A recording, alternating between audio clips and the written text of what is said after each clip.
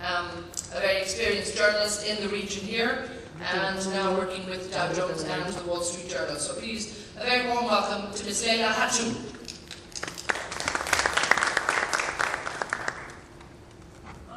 Hello, good morning. I'm happy to see you all here, but you have to come a bit forward because we all need to interact regarding the session. I'm going to present a little bit later Mr. Ahmed Abu Ghaida, the Director of Economic Planning at Abu Dhabi Department of Economic Development. Our topic today is about urban planning and foreign direct investments and the correlation between both, and what is Abu Dhabi and UAE actually doing to attract more foreign direct investments to this place.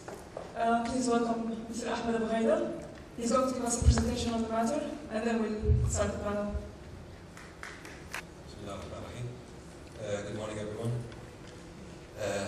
First of all, it's a great pleasure to be here today to speak for such a distinguished audience about Abu Dhabi Vision 2030. The shortest version of the vision that I was able to develop is a 15 to 20 minutes version, so I guess you'll be listening to that version this morning.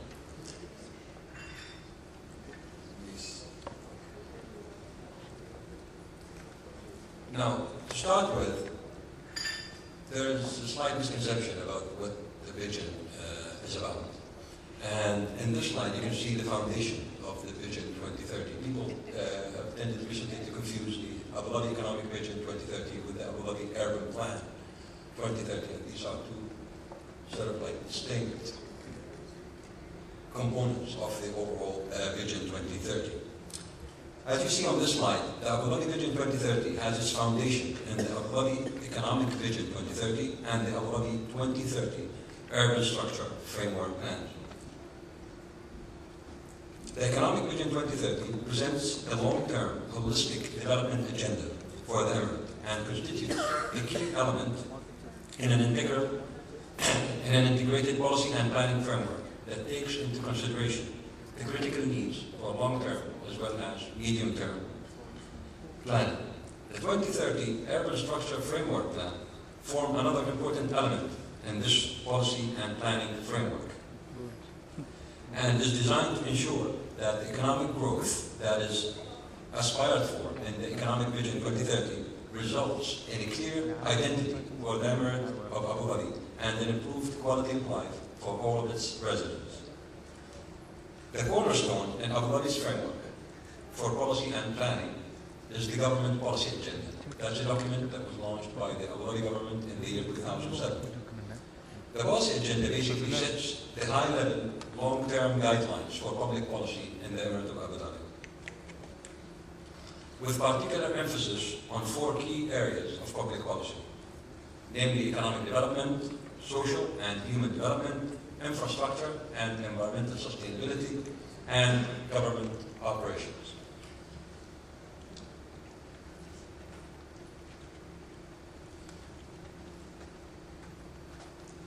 In the coming slides, of course, I'll be talking about the Abu Dhabi Economic Vision 2030 and the Emirates 2030 Urban Structure Framework Plan.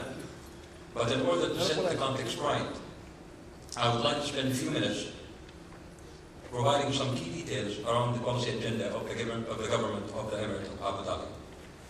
As I have mentioned earlier, the policy agenda places particular emphasis on 4 areas of public policy. These again are economic development, social and human development, infrastructure, and environmental sustainability, and government operations. As can be seen in the slide in front of us, the policy agenda identifies specific priorities for each of the 4 areas of public policy.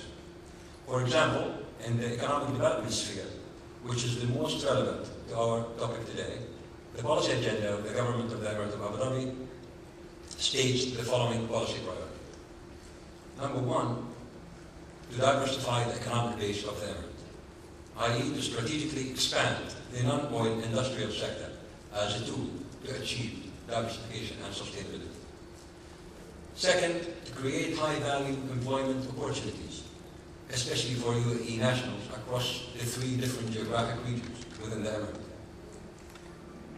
And to create productive employment opportunities for women, especially UAE women. 3, to increase Abu Dhabi's increased integration in the global economy. And that should be achieved by establishing Abu Dhabi's position as a globally preferred destination for foreign direct investment. And also by building Abu Dhabi city's image as a global city, complete with the best and most appropriate urban infrastructure, as well as the social, environmental, and cultural characteristics of established leading global cities around the world. 3, promoting and facilitating external trade with all continents, and also facilitating the export of capital through targeted investments by the Emirate. The 4th priority, as set by the policy agenda of the government of the Emirate of Abu Dhabi, is to enhance the business environment, which is extremely critical for attracting FDI. The Emirate has to create a dynamic business environment characterized by economic diversity, transparency, and sound governance. Finally, the policy agenda calls for focusing on transparency and fact-based policy formulation. Now turning to the first component of the Vision 2030, which is the Abu Dhabi Economic Vision 2030. I would like to note that the Economic Vision 2030 was developed through a consultative, collaborative approach, and in 5 phases, which took about a year to complete. Local and international stakeholders participated in the development of the Economic Vision 2030. Now, utilizing a whole body of data for the period from 1972 to the year 2005, extensive baseline analysis were carried out around 3 main topics. First, macroeconomic and socioeconomic performance. Second, the policy and regulatory enablers, such as fiscal policy, trade policy, and monetary policy. And third, the resource enablers, such as soft and hard infrastructure and financial capital. Now, on the basis of the opportunities and challenges identified through the baseline analysis, long-term economic development objectives and measures of success were set for the Emirate, focusing mainly on growth, diversification, sustainability, and competitiveness.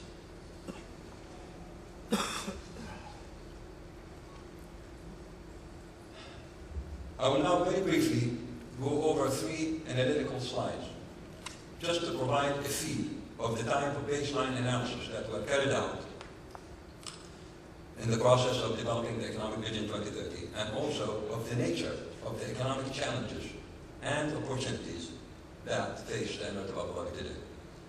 This specific slide shows that over time, Abu Dhabi's economy has become less sensitive to oil shocks by steadily achieving a decoupling in the relationship between oil prices and real GDP growth. This decoupling can be attributed to a number of factors, including a fiscal policy stance that is increasingly more counter-cyclical. Also, the continued emergence of non-oil-based growth sectors in the Emirate, in manufacturing industries and services,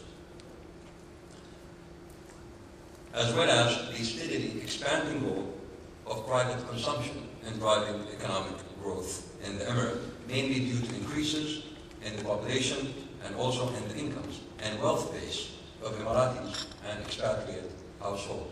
So basically, this says that a good amount of diversification has been achieved over the period 1972 to 2005. And there is a weakening in the relationship between oil prices and real GDP growth. Oil is having less of an impact on the overall growth picture in the Emirate.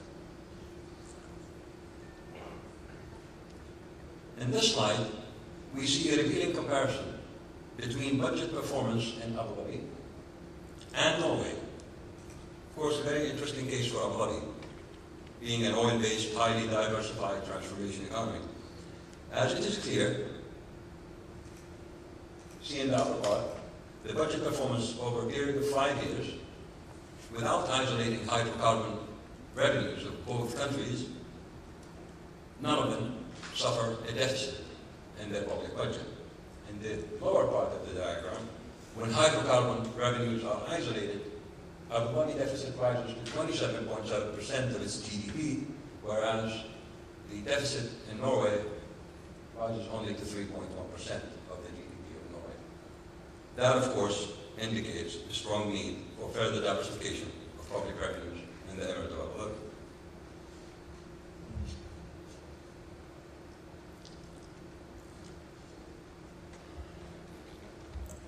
Now, as you may know, oil today contributes about 50% of the GDP of the Emirate of Abu Dhabi, despite the significant diversification achieved over the past years. But that's not the only key characteristics of the economy of Abu Dhabi. I think the other face of the coin relating to hydrocarbon dominance in shaping economic activities is what you see in this slide. It is clear here that Abu Dhabi economy is not only an economy in which hydrocarbon-related activities dominate the economic scene, with oil contributing over half of the GDP of the Emirate. In fact, it is also an economy that is dominated by large enterprises, with small to medium-sized enterprises contributing a little less than 1/4 of the GDP of the Emirate. Now, compared to benchmark countries, other transformation economies, that's low. This, of course, presents Abu Dhabi with a challenge, but also a huge opportunity if we manage to grow our SME sectors around the right type of economic activities.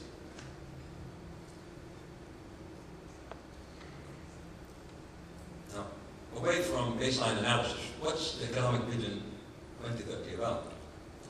Well, in simple words, the vision for Abu Dhabi is to build a sustainable, diversified economy that encourages enterprises and entrepreneurship, and that is well integrated in the global economy, leading to better opportunities for all. So you see the key words here: sustainability, diversification, entrepreneurship, integration in the global economy. These are strategic economic development objectives for the Emirate of Abu Dhabi. The Economic Vision 2030 document identifies two economic policy priorities for the long term. The first policy priority is to build a sustainable economy. So Abu Dhabi needs to continue to aspire to build a sustainable economy. And second, to ensure balanced social and regional development. When you talk about Abu Dhabi, a lot of people think of the Abu Dhabi city and the capital. And people tend to forget that Abu Dhabi is a large emirate composed of 3 distinct geographic regions. And the Abu Dhabi metropolitan is probably the smallest of the 3. You have the western region where the hydrocarbon resources are, and Ruwais and Bir Azayed are the main towns or cities. You have Al Ain region, or the eastern region as it's known in the press, where Al Ain city is the main city.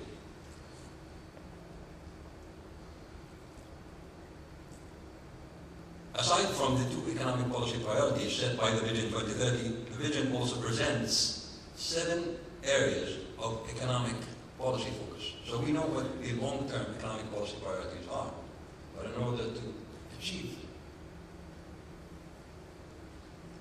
these 2 priorities, we have to, in the short to medium term, focus on certain policy areas. And these policy areas relate to the enabling environment, and you will see them on the following 2 slides. So, to kick off growth and to move Abu Dhabi to the next stage of development and industrialization, the enabling environment in the Emirate is being reshaped to serve the requirements of that next stage. I'll not go over all of these areas, there are 7 areas, but the whole economic vision document is available on the web through the Abu Dhabi government portal. But as you can see, the first area of focus is to build an open, efficient, effective, and globally integrated business environment. The second is to adopt a disciplined fiscal policy that is responsible for economic cycles. The third is to establish immunized monetary and financial markets. And the fourth is to significantly improve the efficiency of the labor market. And again, on infrastructure, on human resources, and on financial capital. These are the areas that we need to focus on in the short to medium term to propel development and movement toward the next stage of industrialization.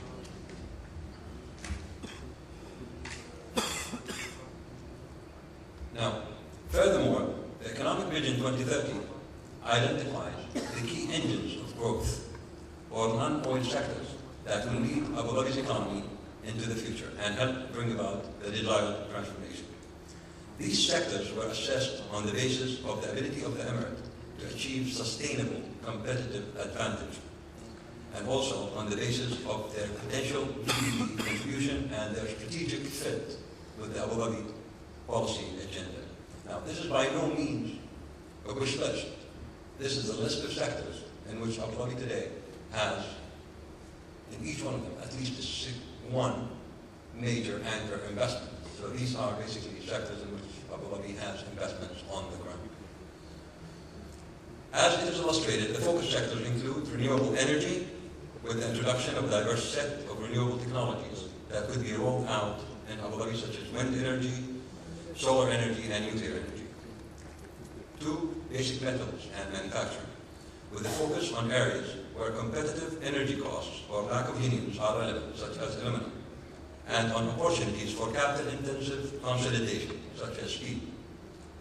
3, aerospace and defense, an example of a capital-intensive sector with great potential for knowledge transfer. Example of areas of potential: regional aircraft platforms, helicopter platforms, aircraft systems and components, and satellites. 4, transportation and logistics, with a focus on areas that expand the UAE's transport and logistics first mover advantage in the region, and on opportunities that leverage Abu Dhabi's geographic location. And 5, chemicals and petrochemicals, specifically chemical product niches. 6, tourism, very important sector today in Abu Dhabi in terms of its growth rate. Media content development in TV, newspaper, and internet with regional focus. And microchips. Finally, financial services with the development of capital markets, debt and equity financial instruments to serve as an enabler to the broader financial sector in the Emirate of Abu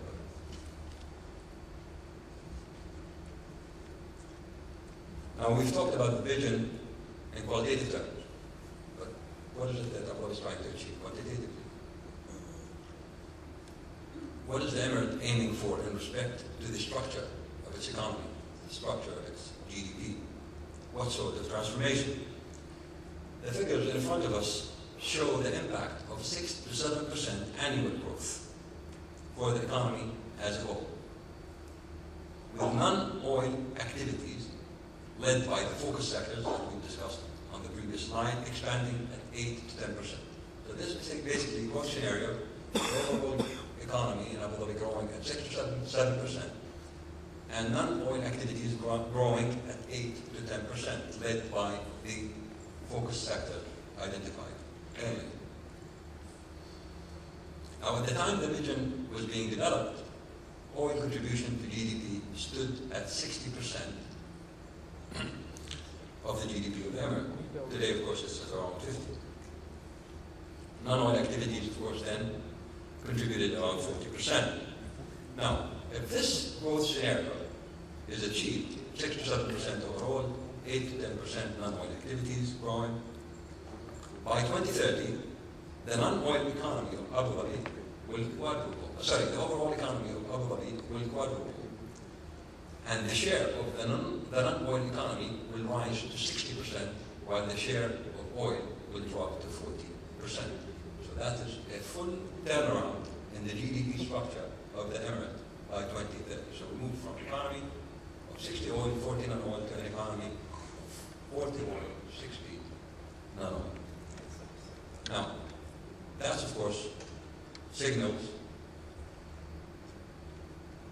the achievement of a significant amount of diversification. But what does it mean in terms of sustainability? Of course, there are different ways by which economists measure economic sustainability. Now, we look at different measures in the vision, and a couple of those measures relate to non-oil per capita GDP and the non-oil trade balance for the Emirate of Abu Dhabi. If this growth is achieved, the Emirate will have a non-oil per capita GDP with around $50,000. Now, to make sense of that figure, think of 36,000 of non-oil per capita GDP for Singapore today. So Singapore today has a relatively sustainable economy. Abu Dhabi will definitely have sustainable economy by 2030. And a balanced non-oil trade balance, that means you have enough non-oil exports by 2030 to offset all of your imports. And any oil or hydrocarbon exports that you have will come on top of that as a surplus. Now, of course, we take into consideration population growth, assuming that population will continue to grow at a high scenario of around 5 to 6%. So if population doesn't grow that much, we'll have a better non-oil per capita GDP level by 2030. So that's the first component of the Vision 2030.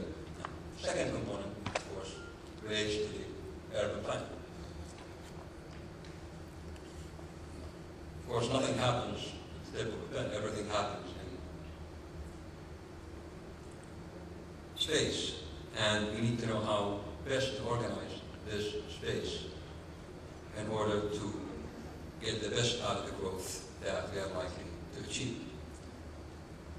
Now, when we talk about the urban plan, actually it's 3 plans, because we have 3 distinct geographic regions in Abu Dhabi. So there is an urban plan for Abu Dhabi Metropolitan, the capital. There is an urban plan for the Western region, or Zarbiya, as we call it, and for Al Ain regions. 3 plans make up the overall urban plan for the Emirate of Abu Dhabi. So the 2030 plans lay the foundation for a socially cohesive and economically sustainable community that preserves the Emirate unique cultural heritage. We need to be careful. As this economy gets more industrialized and grow and integrated in the global economy, this country and the leaders of this country would like to maintain the identity and the heritage of Abu Dhabi and the UAE. Through consultation with leadership and the public, the 2030 plans were designed to ensure that planning decisions fully assess the environmental, social, and economic impacts that could result from economic growth. The plans are practical, yet flexible to meet the changing conditions in all parts of the Emirate.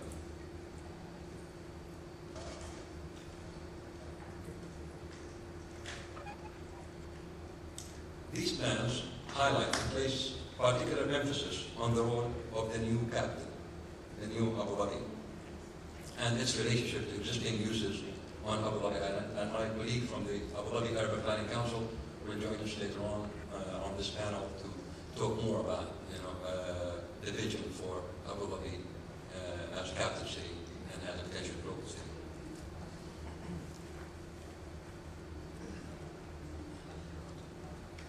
Actually, this shows Abu Dhabi city surrounding for those who don't know Abu Dhabi city. I'll move to the next slide, talking a little bit about the 3 plans and some details. This slide lists the main areas of urban planning for which clear guidelines are provided under the 2030 urban plan. So what do these urban plans provide? Well, among other things, they provide an Abu Dhabi development code. They provide an urban street design, public realm design manual, infrastructure framework plan, utility corridor design manual, and coastal development. So they're trying to manage the growth of the urban environment in Abu Dhabi to ensure that it happens in the most efficient and proper fashion and help the Emirate maintain its cultural identity. Some of the initiatives under the urban plan relate to neighborhood planning, revitalization projects for certain parts of the main towns and cities, and also the Abu Dhabi real estate market forecast. What is the supply and demand condition like in the real estate market, and how are they likely to evolve into the future? Finally, I would like to conclude with a few words on a new and highly significant policy that is currently underway in Abu Dhabi and is known by the name Istidama. Istidama is an Arabic word for sustainability. This is basically a policy that is designed to create a sustainable framework for Abu Dhabi Vision 2030. Istidama provides direction through four clear pillars: environmental, economic, social, and cultural. It promotes a new sense of responsibility by going beyond other sustainable initiatives. Thank you very much for listening, and if you have any questions, I'll be very happy to address them later on.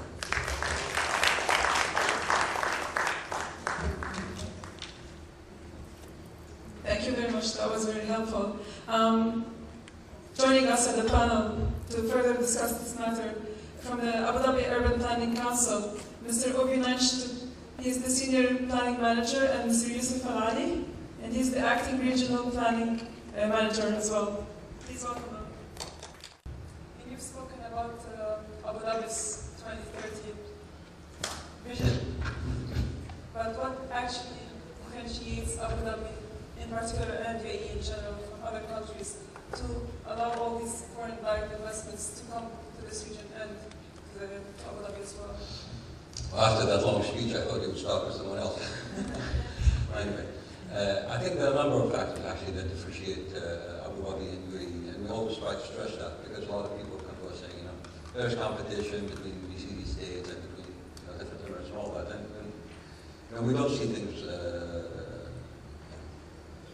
in this sense. I think Abu Dhabi today has its distinct competitive advantages.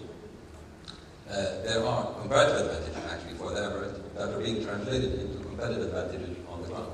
Of course, the key comparative advantages for the Emirate are its hydrocarbon resources and its financial resources. And through different policies and regulations, the leadership of the Emirate and the government is working hard to translate these comparative advantages into competitive advantages at the firm level, and for the private sector, in order to propel growth in the required and desired direction. Now, I can list a number of factors, actually, that further differentiates Abu Dhabi. To say the least, I mean, you look at the world around us today, and you can compare the social and political and economic stability of this country, and you can see to what extent, it has an advantage in that respect. Of course, also, the visionary leadership and the support that it provides to the public and private sector in order to carry out the plans that are necessary to implement the vision for the country is another factor that differentiates this country. I mean, why people today come to work and live in the UAE and in Abu Dhabi or to set up a business. I mean, they see an ambitious economic development vision, and they see political support, and they see an active leadership that is keen and adamant about making this vision happen. And so they see a future for their companies, for themselves, and for their children. You're talking about the future and the vision as well, but every single country is trying to attract more foreign direct investments towards it. Yeah, but the hope is that we have, I'm sorry about this, but there's globalization and there's global competitiveness as well. What is Abu Dhabi doing to address that? Yeah, fair question. Now, if you want to go to the micro level, all right, look at the business environment, for example, in Abu Dhabi and the UAE in general. When we look at global measures of competitiveness relating to the business environment, for example, the World Bank Doing Business Index, 4 or 5 years ago, the UAE and Abu Dhabi ranked somewhere between 70 to 80 from among 180 countries around the world. Today, the UAE and Abu Dhabi have a rank of around 40. That's about 30 to 40 small jump over a period of 3 to 4 years. There were, the UAE was nominated or described as one of the top 4 reformers globally in the area of business environment. And when you look at the legislation, and the people from the Ministry of Economy can probably tell you more about this, that are in the pipeline today, and that are, of course, designed to reform further the business environment in the country, and that will directly impact Abu Dhabi. I've seen simulations that have been carried out trying to assess what would be the business environment like once these legislations are enacted. They relate to competition, they relate to bankruptcy and the overall company law, they relate to industrial organization. Another important legislation relating to the credit information has already been enacted. All of these together, once in place, will allow the UAE to jump from rank around 40 to 20. So we're going to become among the top 20 countries in terms of ease of doing business globally. Okay? And that takes into consideration cost factors. Okay? So that tells you, when you see these significant jumps being made over a short period of time, that there is a serious economic development agenda with significant political support behind it. And that's what makes this country and this economy attractive for foreign direct investment. True, legislation is part of the attractiveness that Abu Dhabi and Emirates promote currently, but the thing is, do you have any other incentives to attract these investments? Yeah, I mean, talk also about at the Abu Dhabi level. All right? I mean, what do investors look for? Okay, you saw the 7 areas of economic focus. They focus on the enabling environment with its 2 key components: policies and regulations, and government procedures and services for investors, and resources. All right? So, for example, ownership rules are being relaxed in the UAE and at the Abu Dhabi level. Now, we have 3 different industrial zones in Abu Dhabi today in which foreign investors can have 100% ownership. Khalifa Industrial Zone, Masdar City, and the Abu Dhabi Media Zone. And I expect with the new company law, as we're being told, the Emirates will be allowed, the individual Emirates will be allowed further liberty and flexibility in deciding where they would like to grant majority ownership for foreign investors in what type of sectors. And in Abu Dhabi, the focus sectors have been identified. So investments in capital-intensive, knowledge-intensive, export-oriented industries are likely to benefit from the relaxation of ownership rules. Look at land. If you're coming to the UAE to set up a factory or to Abu Dhabi, you need access to land with proper infrastructure and utilities. Industrial land today is available in Abu Dhabi with long-term leases. Today in the Higher Corporation for Specialized Economic Zone, the entity which manages industrial zones in Abu Dhabi